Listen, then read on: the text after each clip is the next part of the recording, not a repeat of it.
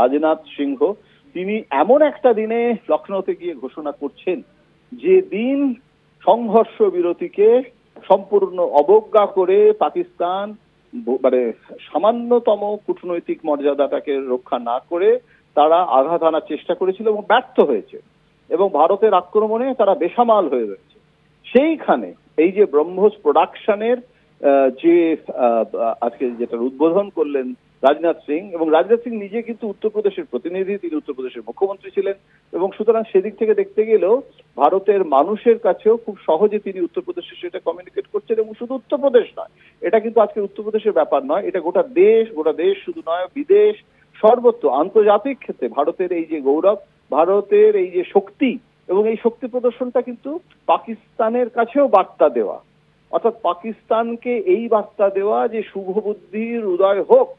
তোমরা কিছুতেই বুঝতে পারছো না, তোমরা একবার যদি আমরা সত্যি সত্যি মানে একটা ডিক্লেয়ার করি, মানে ঘোষিত যুদ্ধ হয়, তাহলে পাকিস্তান নিশ্চিহ্ন হয়ে যাবে।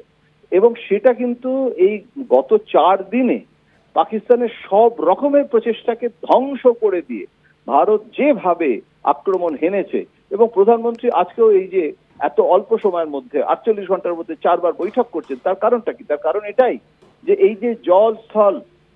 আকাশ, 3টে দিক থেকে আক্রমণের যে রণকৌশল, এবং বায়ুসেনাও আজকে যেভাবে সক্রিয় থেকেছে, এবং আমরা জানিয়ে দিয়েছি যে অপারেশন সিঁদুর এটা কিন্তু